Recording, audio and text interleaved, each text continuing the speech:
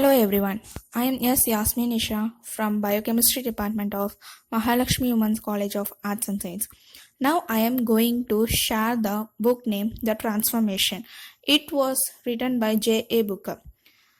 Loving Family. As I knew would happen, he didn't come out of the shadows and reassure me that he would never leave me and all that. Did I expect the stranger, who I didn't even know the name of, to be Superman? I closed my eyes, away from all the bright noon sunlight in the woods, the trees providing a sense of protection, even after what I had just endured last night. I quickly fell into a deep dream-filled sleep. Mama, please can we go? I'm scared. A little 4-year-old girl said, looking worriedly up at her mother. The girl and her were in a meeting at the house. The girl had grown up, filled with tons of guys discussing politics of something the little girl couldn't fully understand. A fight had broken out between two of the guys. What do you mean? You let the secret go? The older of the two roared, jostling madly with his hands. His face was beat red with anger, hands clenched into tight fists, looking ready to kill the younger one. The younger one looked about 20, couldn't have been much older.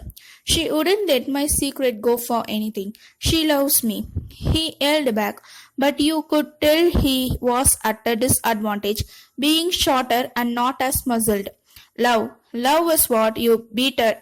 The whole packs live on. Yes, I love her the same. If running away from this so-called pack is what it takes for us to be together, then dang it, that's what I will do. A woman near him looked shocked and tears welled up in her eyes. No, you cannot leave, Tyler. Please. She wailed at him, tugging uselessly on his arm. He pulled his arm away gently, but firmly said, if that's what it takes, mother, then do it.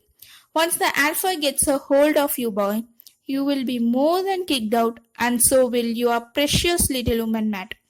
The older fighter snarled, his eyes turning blacker the angrier he got. Enough. Another man yelled. He had just come in the door, but he had a sort of authority surrounding him.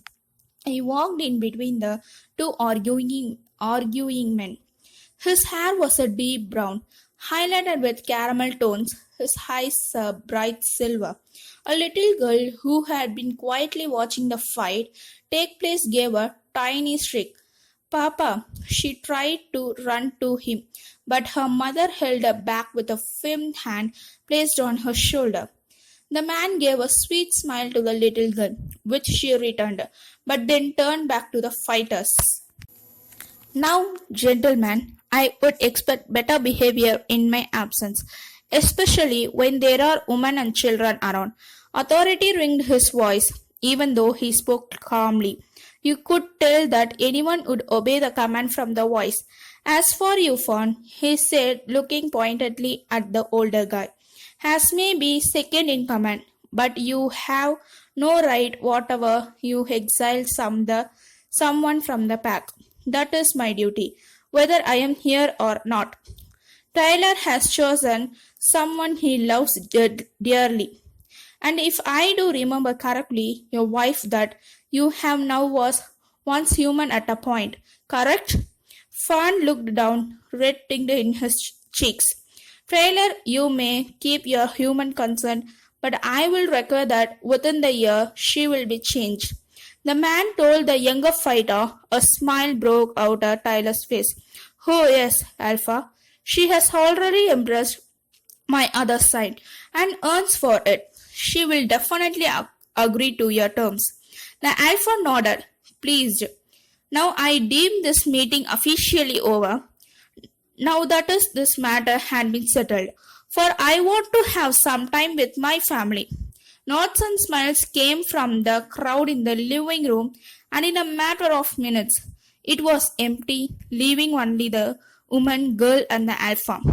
The little girl ran into her father's arms as he picked as he picked her up and trailed her around, saying how much he had missed her while he was gone. Then, with her still in his arms, he went up and kissed her mother gently on the lips. I have missed you too, he murmured against her lips, only making the little girl go into a fit of giggles. Oh, you think that is funny? The father said playfully, tickling the little girl, making her giggles go into a whole different pitch like chimes against the wind. The family all walked upstairs for his late in the night, and the father had just gotten home from the rather journey. While tuckling the little girl, she said sleepily, I love you, Papa. He smiled down at her. And I love you. Always remember them. He bent down to kiss her forehead. Then the dream left.